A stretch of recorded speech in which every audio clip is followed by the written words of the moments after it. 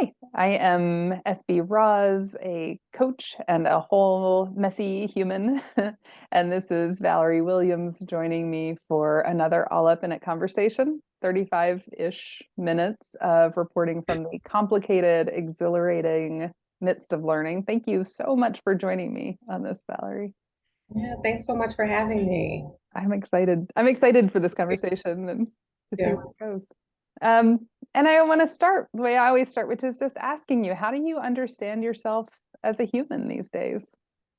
Yeah, so I think I shared this with someone before recently. I am like in a place of a heightened level of self-awareness, Mhm. which is wonderful. Like on the clinical side, when I'm working with counseling clients, part of the goal is self-awareness, but that comes at a price if you're doing it right, because I feel like now I have a front row seat visibility to me and how I show up, which is good because that's the only way you can kind of observe and correct and process and all of that. But what's coming out of that for me, and this idea of humanness is really understanding the power of my influence and the limitations of my control. Oh, Yeah, oh, that's such a juicy introduction. this is this is what self-awareness does. I'm like, oh, okay, really see myself in 4D. Yeah. Yeah. Would you take us a little, would you just go ahead and jump right into that thought and tell me a little bit more? Yeah, so where I'm seeing it show up the most is in relationships. Um and also kind of life broader in terms of the way that I do life. I've always been one who is more focused on the control part, Mhm, just kind of structure and organization and order, because that to me felt like peace, mhm, knowing what to predict next. And of course, we can have a whole totally separate conversation on where that desire to control comes from. mhm, Not always doesn't Most of the time doesn't have healthy origins. But my focus has always been primarily centered on what I can control and what I can affect in that way. And the mhm. control part is like the what I'm doing part or what I'm asking other people to do.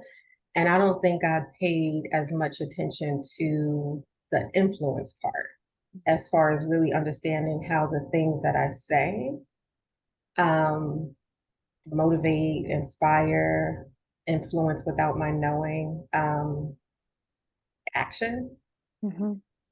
And so the hard part of it is not having awareness of that. So not being as responsible with it. That's some of what's coming up for me Mhm. now, not being as responsible in terms of having that awareness around the power of my influence, because again, I was too focused on the doing part. So now I feel like part of where I am in this season of life and being a human is figuring out how those two work together and Mhm. how to gain more freedom by releasing that part of me that wants to control. Mhm. Because reality has been, I've been a lot more effective, excuse me, as far as the ability to influence.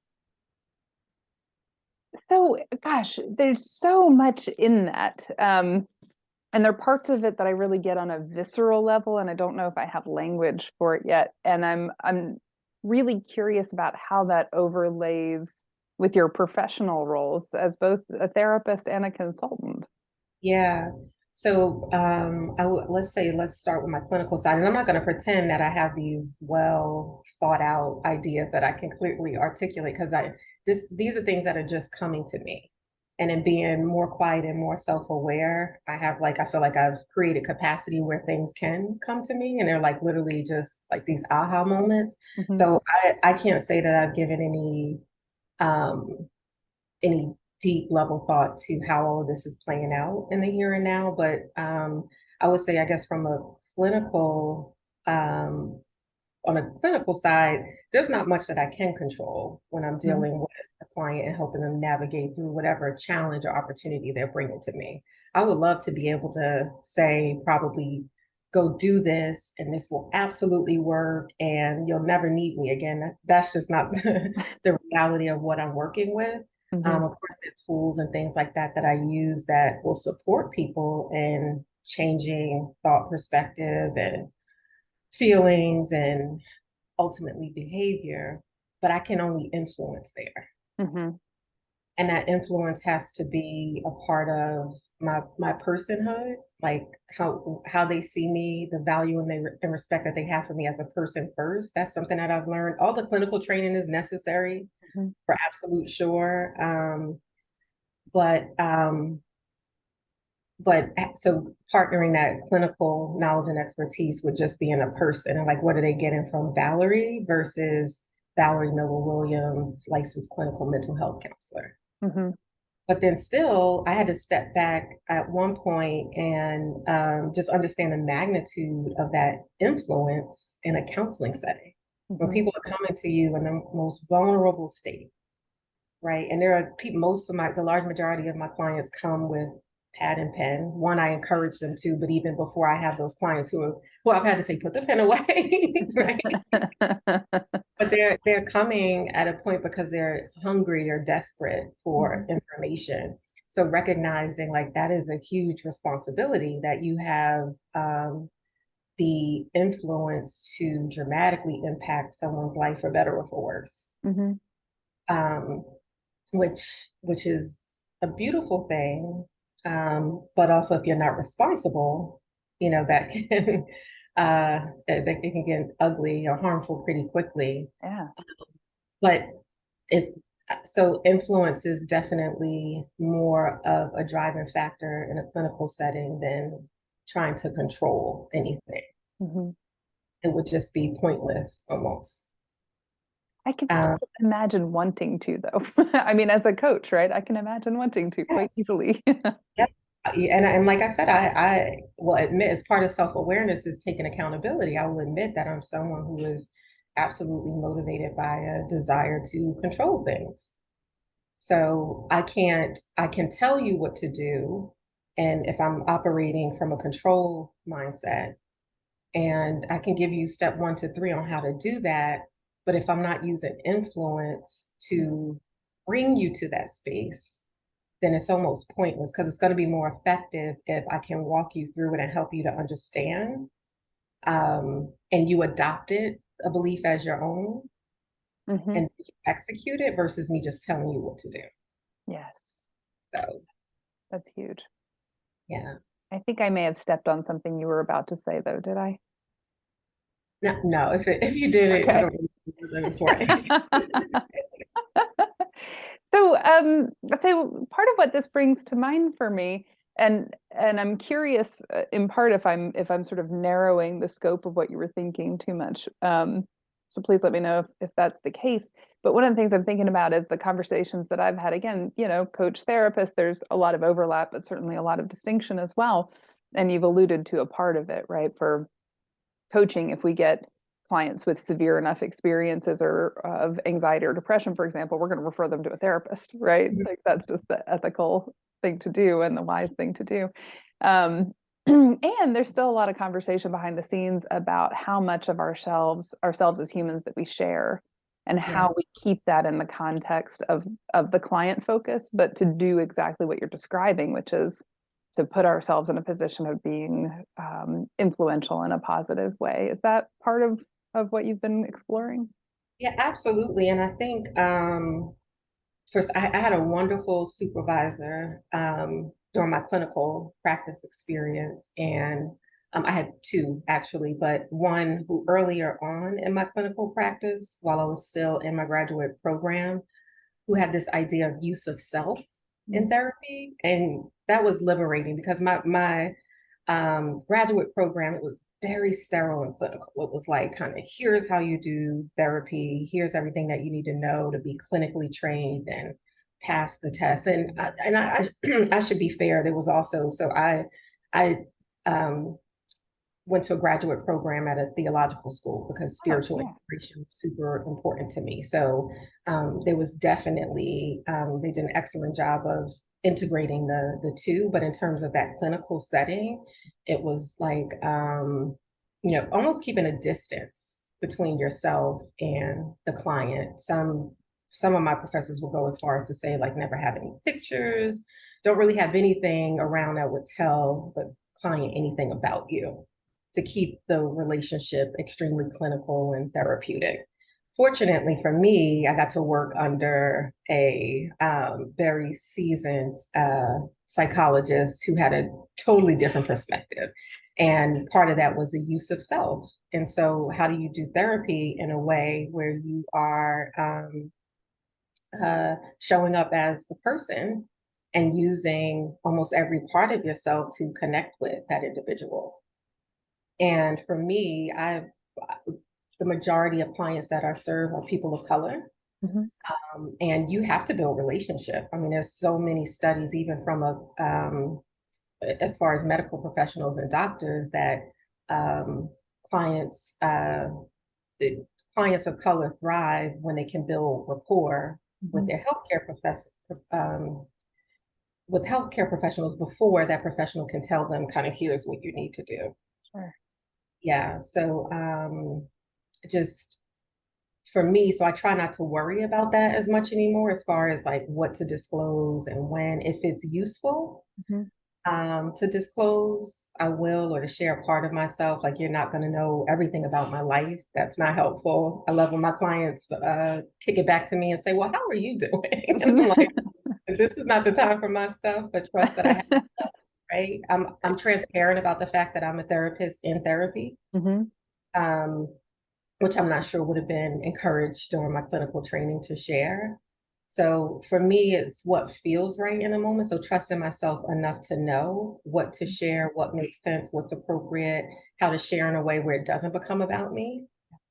Um, and then also it's a way for me to put my life into perspective as far as kind of how we reconcile the really difficult experiences, the why me's.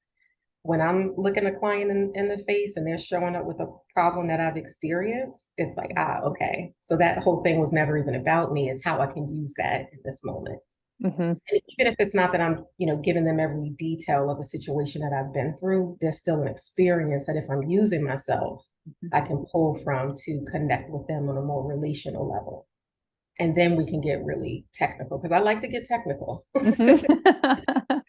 And it feels like a real normalizing process, right? A real, because I do, we've all had that experience of, not all of us, fortunately, but a lot of us have had the experience of trauma or depression Mhm. leading to that real sense of isolation, and this is happening to me and nobody Yeah, else, right?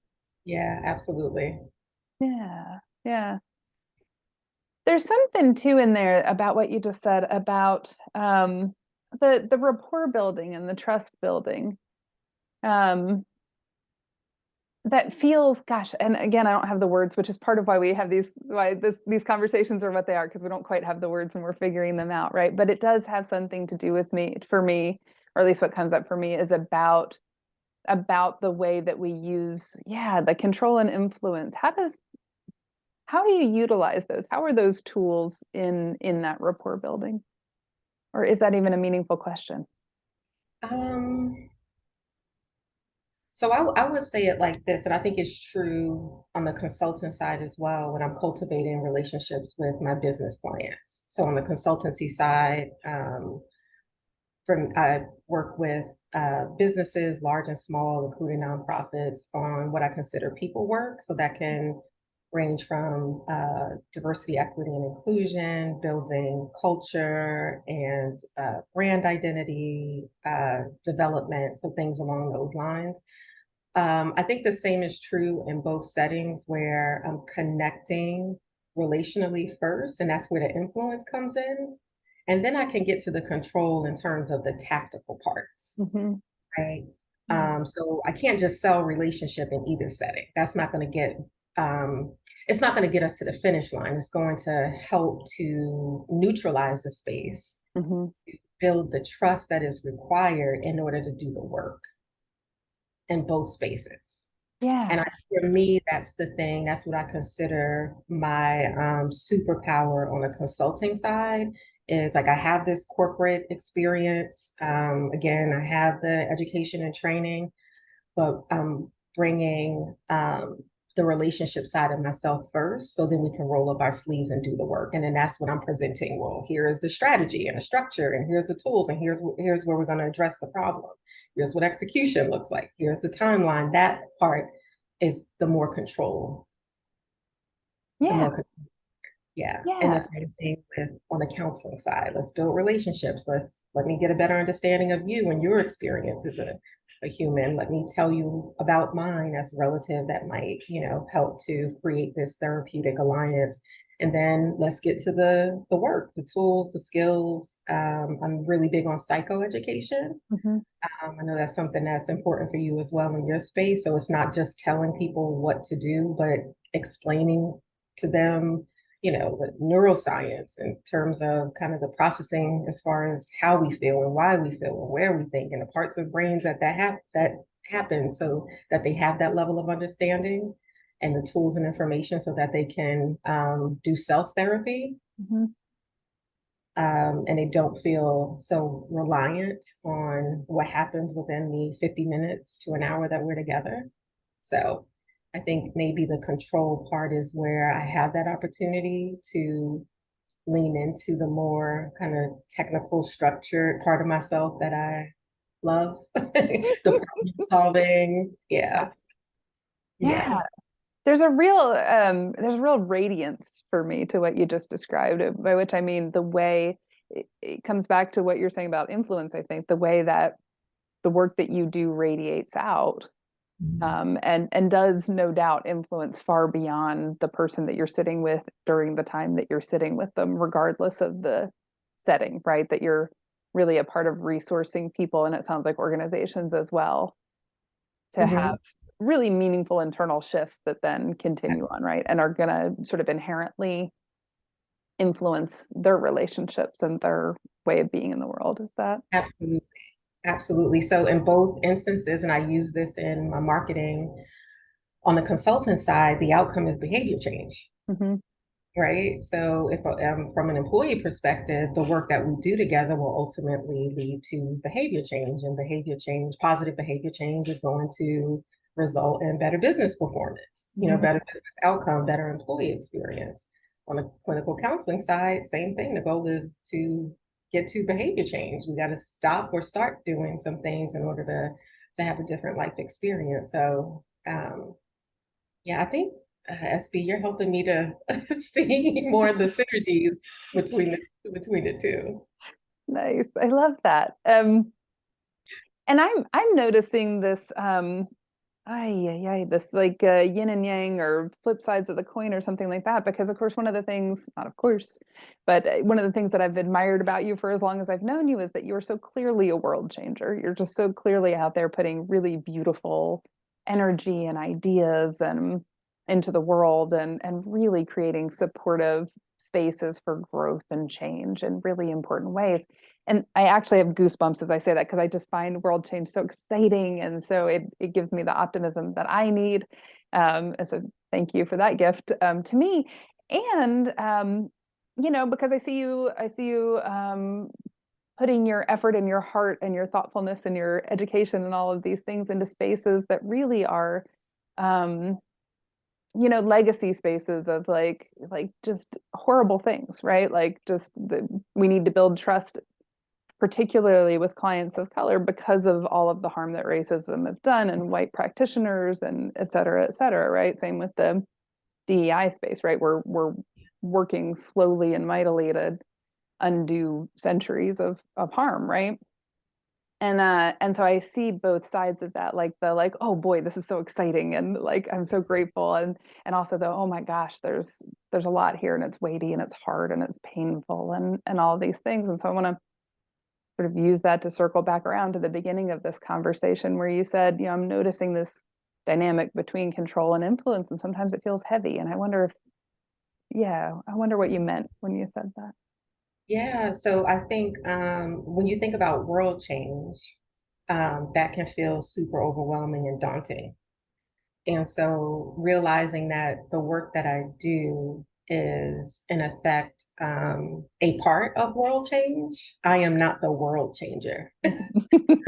Yes. Uh, and so I think, and it was something that you said that really again helped me to refine this whole thought process, but um, that control means I'm trying to engineer and manufacture Mhm. something, right? Like I am literally, well, one, taking on responsibility that doesn't actually belong to me Mhm. lots of times, right? But I am literally trying to manufacture something versus having a deeper level of appreciation for the power of my influence that can accomplish far beyond whatever it is that I think I'm over here manufacturing first Mhm. place. If I'm careful and I'm responsible as far as appreciating the magnitude of my influence and being really like hyper thoughtful in terms of how I'm flexing that, Mhm. and understanding too that uh, part of it is gifting, right? I think um, we harm ourselves as women, and especially as women of color, lots of times by being too humble or being Mhm. too modest. I'm at a place now where when I say I understand the power of my influence, I understand that that's part of my gifting, that I have an innate ability to influence others because I've learned that people listen when I speak. Mhm. And I say that and with a level of security and modesty and responsibility, which I probably would have never said anything like that maybe a couple of years ago. Mhm. But I have to be honest about that acknowledgement in order to be responsible. Yes. And I think about how that plays up in my family dynamic, my immediate, my household, my extended family, and my friendships, and my work, from both the clinical and the consultancy side. Um, that is, it's a gifting, and with any gift, there's a responsibility that comes along with that gifting. So I feel wonderful that I am in a space where I'm courageous enough to say that's part of your gifting. Mhm. I'm so glad that you said that. I do think that's such a just an important piece of modeling for me, and I would imagine a lot of people who watch this, because we do have, as you said, as women and particularly women of color, we have so much training Mhm. um, to shut it down, right? Yeah, To shut down where we see ourselves shine, and in that way, we deprive the world, right, right. of that shine and of what we uniquely bring. Exactly. Yeah. Exactly. And just imagine walking around in the universe with no ownership of how what you say and what the magnitude of what you say and what you do, Mhm. and how much that influences others. That can be reckless. Yeah. And part of my learning process, why I landed in the space of looking at the dichotomy of influence and control, is also being able to see where it's been harmful because I wasn't responsible.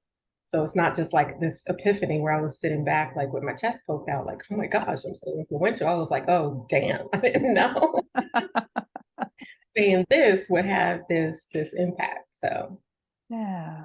Yeah. These ideas about control and influence, do they extend beyond your professional life? oh, absolutely. Definitely in my personal life and in every facet of my life. Yeah. Every facet of my life. Yeah. One thing I can say is I am Val through and through. Thank goodness. Yeah. So I almost, yeah, I can recognize it in every space, I will Mhm. say. Is it impacting, is this awareness, this, I love how you described it as a front row seat to yourself. Mhm. Um, is this awareness changing or impacting in any way how you're showing up in your life? I hope so, because I've definitely made more of an effort to be a lot more intentional as far as how I show up, as far as again what I say, how I say it. Um, so I would hope so. Yeah. Being all the more thoughtful. And I thought I was a thoughtful person, and I am thoughtful. I think by nature, but there was an opportunity to be even more thoughtful in those particular areas. So I would hope that, for instance, my family is feeling more freedom, my immediate, like my household, as far Mhm. as not feeling like I need to, again, orchestrate every facet of our lives, because there's a Mhm. certain level of, because I can trust them enough, right? And hopefully they're influenced by my love to action Mhm. versus my orders, Mhm. right? Yeah. Um, so yeah, my hope is that it's recognized Mhm. by, again, by virtue of me taking my hands off of things that I would have normally been all up in. Mhm. Right, In that the can go a lot of ways, can it? yep. So, but this is still, like I said, a relatively new space for me. So I can't say I'm get making A's right now. Actually, as my son, who my youngest is, who's still at home, is 15. My oldest is 24 and living his best life in LA. But um, asked my youngest, who is at home, about if he would ever want to implement like a report card, for parenting, because we don't get that, right? At Yeah. work, you get a performance review. When you're in school, you get report cards, and outside of healthy dialogue, open discussion, which we do, I do try to have those check-ins regularly.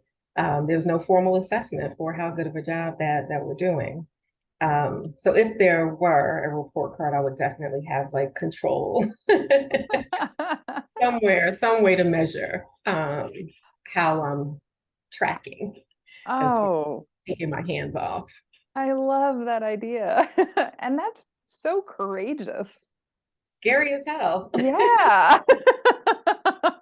Super scary, but we have to be willing to face the hard stuff, the hard truths. Mhm. Yeah, so Especially for the people who matter the most to us. for sure. Yeah. There also isn't a couple evaluation either. I think that Yeah. maybe I need to create these I things. was gonna say, like, I would buy them. Delete that part. Delete that part.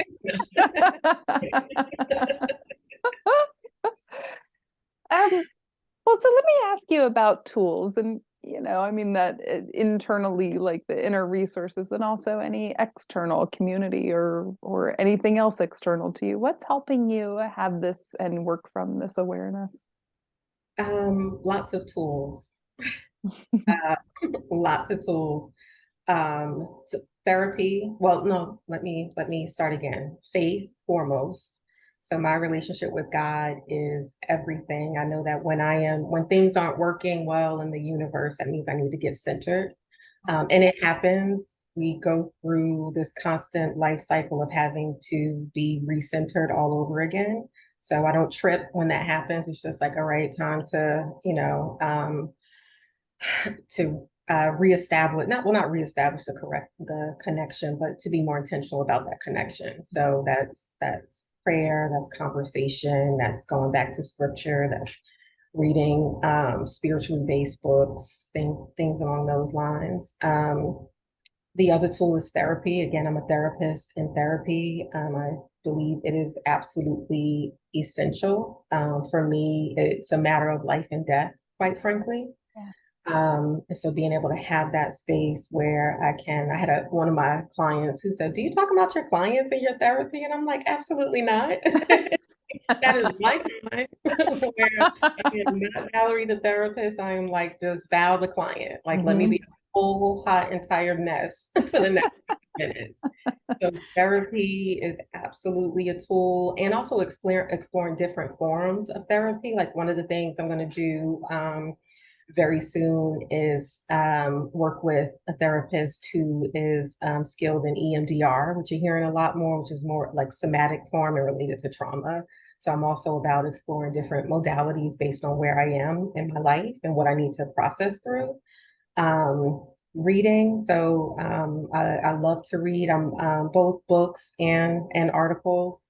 Um, uh, Community is super important for me. Like I call myself an extroverted introvert, but people forget that introversion and extroversion is a scale, and none of us are usually generally one thing or the other. And Mhm. so if you kind of look at my percentages, I'm literally probably like almost 49 extrovert, 51 introvert. So Mhm. community is still important for me. I might need a day to decompress, but I need to have those people connections. And so community for me means connecting with my girlfriends or connecting with my sisters. Face to face community is super important for me. I'm horrible. I am infamously horrible with my phone. So I get all kinds of death threats from the people who love me. You're just not going to act like you saw the missed call text. But so connecting face to face live is the best. That is absolutely a tool for me. It's a way that I get filled. Mhm. And it's important that I'm super intentional about my relationship. So the people in my community have something to give where I can be filled. And if the relationship is completely draining, then chances are they're not in my community. And I understand that not everyone is going to fill you in the exact same way or at the same level as you might fill them, but reciprocity is important. So community is definitely a tool, and especially in this new virtual age, um, something I'm encouraging clients to do is to get back out engaged in community, right? As a person of faith, we weren't made to be alone. So yeah, community is one, and community for me also looks like network. So I have like I do clinical consultancy with a group of therapists. Then I also have I'm a part of networking groups where I can focus on like what business goals and objectives I have, things along those lines. So community is just a beautiful tool when you can find those spaces that are really and that are really safe Mhm. and that are going to be communities that you can both contribute to and draw. Yeah. Oh, that's wonderful and so expansive. Yeah. Um, Noom is a new tool for me. I'm not Mhm. sure who all is familiar with Noom, but it's a weight loss app. What I'm digging about it is that it has some psychological integration. Mhm. Um, and that's something that I haven't tried before, which weight loss, weight management is all about psychology. Sure.